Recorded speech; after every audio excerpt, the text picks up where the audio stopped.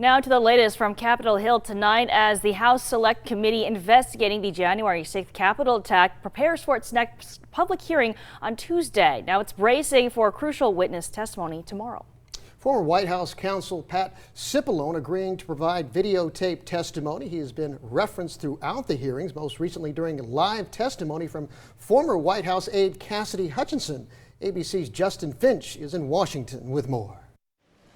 Throughout the January 6 hearings, Americans have heard the name of former White House counsel Pat Cipollone discussed, but they haven't heard from him. On Friday, that will change as after lengthy negotiations and a subpoena, Cipollone has agreed to sit down under oath to provide testimony to the House Select Committee. Our committee is certain that Donald Trump does not want Mr. Cipollone to testify here. The committee is seeking to hear Cipollone's testimony about what he witnessed and advice he gave in the weeks before and after the deadly insurrection, including the effort by Trump and his allies to overturn the 2020 election. We had conversations about potentially obstructing justice or defrauding the electoral count. Cipollone had a starring role in the sworn testimony of former White House aide Cassidy Hutchinson. She recounted numerous conversations she had with Cipollone, including plans Trump had to join supporters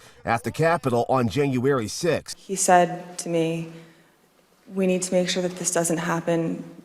This would be legally a terrible idea for us." Trump's acting Deputy Attorney General Richard Donahue testified last month about Cipollone siding with Justice Department officials in a West Wing showdown as Trump was pressuring them to sign a letter falsely claiming DOJ found election fraud in multiple states. Pat Cipollone weighed in at one point, I remember saying, you know, that letter that this guy wants to send, that letter is a murder-suicide pact. Cipollone is set for a videotaped transcribed deposition Friday, though sources tell ABC News attorney-client privilege may limit the details and topics he's able to share with the committee. Justin Finch, ABC News, Washington.